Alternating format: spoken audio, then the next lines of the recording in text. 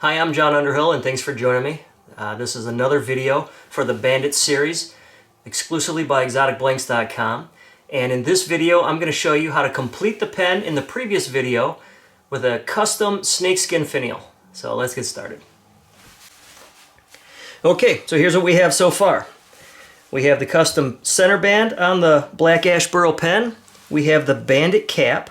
And we're going to remove this top finial, the stock finial, and we're going to replace it with snakeskin to dress this pen up. So how we would do that, take a scrap piece of wood, and I drill a 12.5 hole, maybe a 1/2 inch deep.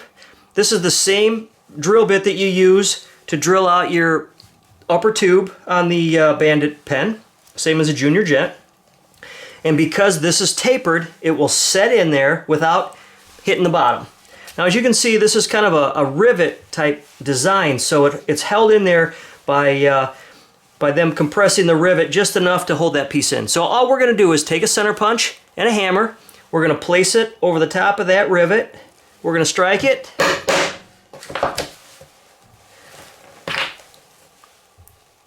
As you can see, well, there we go. As you can see, your piece is out.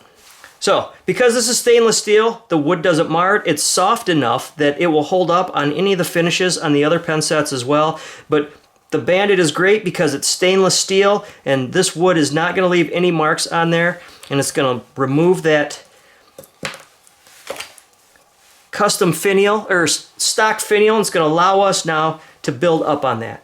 So what we're going to do, in the other video with the color cast and the wood, I actually turned a new piece and recessed into this. In this video, I'm going to show you how to use this stock finial. We're going to take it to the belt sander and we're going to sand down, we're going to sand it flat, just so that when it rests in here, it's below the ridge around the outer edge here.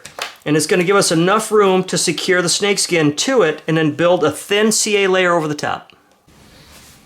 Alright, so I'm going to use a belt sander for this. What I'm using, a pair of pliers, and I'm holding this flat against the base of the pliers. Now, I only want to take down about half that thickness. So, you may have to spin this a few times in your pliers to try to get it evenly, but basically what we want to do is we want to take the point out of this and flatten this all down. This way it'll give us an easier surface to work with. You could use a grinder if you want, but I think it'd be a little more challenging to hold this to a grinder wheel. So we're going to use the belt sander.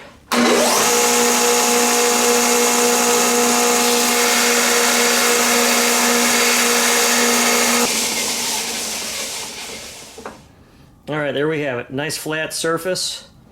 It's fairly thin, and now that gives us something to work on. You also have to remember, by sanding this off, it's going to get hot, so you're not going to want to touch it for a while. Set it down on a safe surface, piece of wood or something. Don't set it on anything plastic, it'll melt through it. It is going to be hot.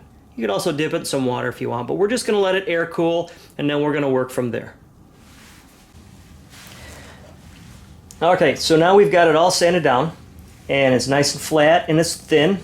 So now what we may have to do, take a flat file and lay it on the side here and work your way around this several times until you get the burr from it being compressed to fit in here, because when it was initially made, it was smushed in there to hold it in place. So what we want is, we want it to be able to push in there by its finger and hold.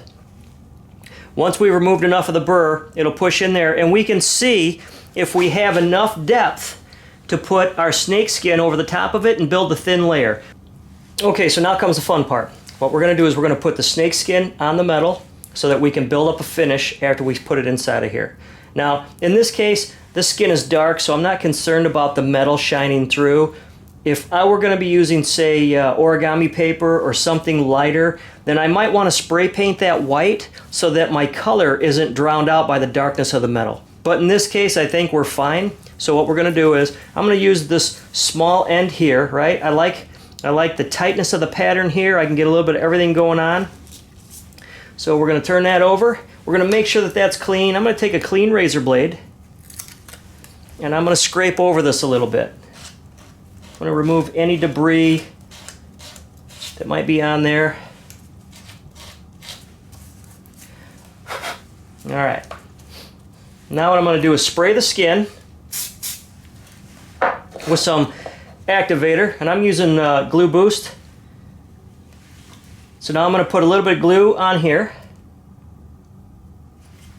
Here's a tricky part, being able to put that on there without gluing your fingers to it or making a huge mess.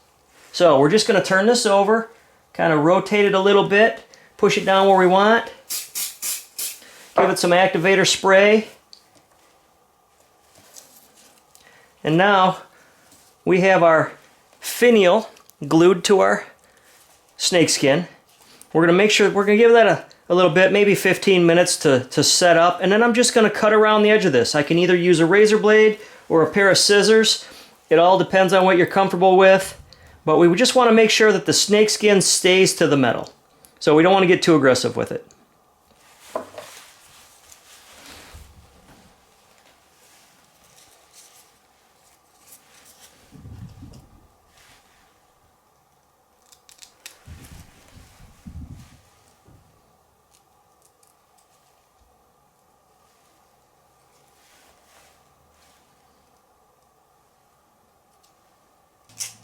Get this nice and round and down to clean metal so we know it fits in there the way it's supposed to.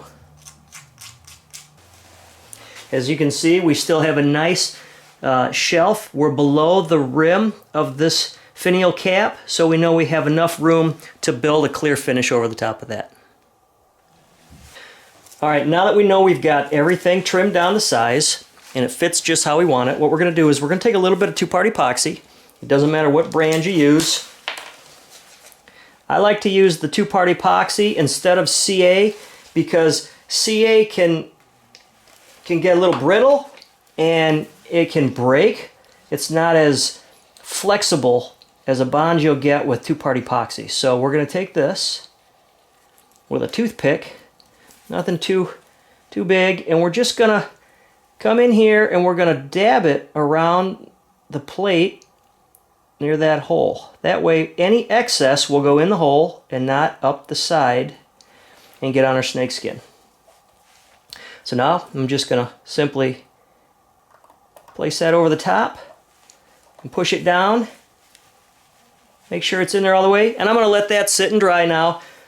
Two-part epoxy, it sets in 5 minutes, but it usually says, you know, let cure for, I think, 24 hours. So I'm going to let that sit for a while, and then we'll start to build up our finish.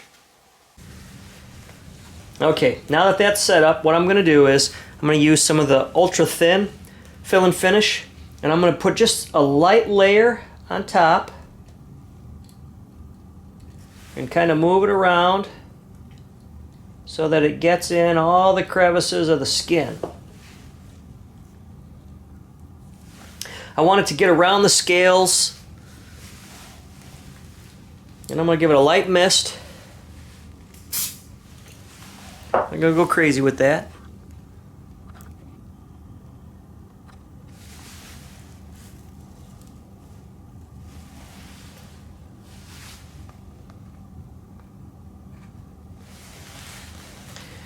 Now after I let this, the ultra thin soak in, I'm going to use the orange label, the thin, and I'm just going to build some light layers. I don't want to build it too thick because I don't want to trap air in there. So it's important to just put light layers. So we're going to do that. Just put a little bit up there, swirl it around a little bit. Hit it with some glue dry. We're going to let that set up. If we were to use the blue and build this up too quick, what's going to happen is we're going to trap air bubbles in there. And all I want to do is slowly build layers. It's not going to take much because we're filling a thin area anyhow, but we're going to make sure that we let each layer dry before we build more onto it.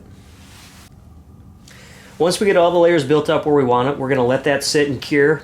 I usually let it sit for an hour or two, and then I'll take it to the lathe and we'll cut the top of that off, shave it off, basically turn it down a little bit just to smooth everything out, and then we'll micro mesh sand it and polish it. Okay, here's what I've done. I've taken a push rod from my punch set. I've wrapped a little bit of tape around the end of it so that way it's kind of a jam chuck. It's on there tight enough that I can turn it, but it's not too tight that I can't pull it back off. So we're going to do very light turning.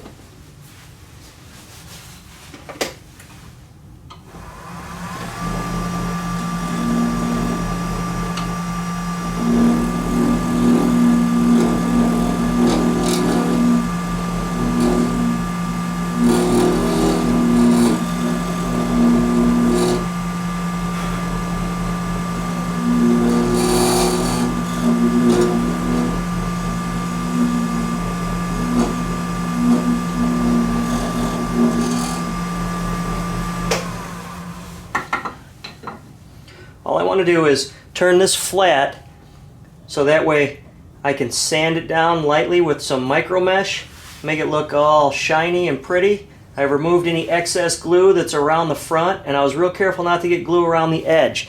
While gluing that in, if I would have gotten some glue on there, all I have to do is scratch over it with my nail. It would come off, and then when I polish this, I'd be able to polish this up as well. So that feels pretty good. We're going to micro mesh this now and wet sand it to shine that all up.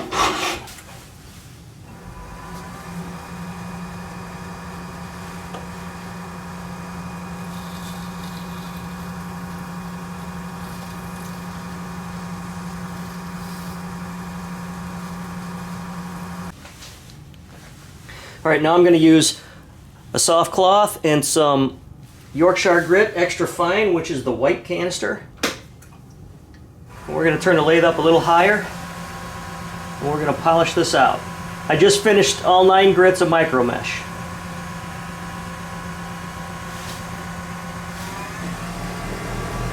Now, simply pop that off, and we have our finial with our snakeskin encased inside the CA. Now we'll take it back to the pen press and assemble it. Well, that's another easy way of customizing our Bandit pen sets, right? Real simple. I hope you enjoyed it. Thanks for joining. I'm John Underhill.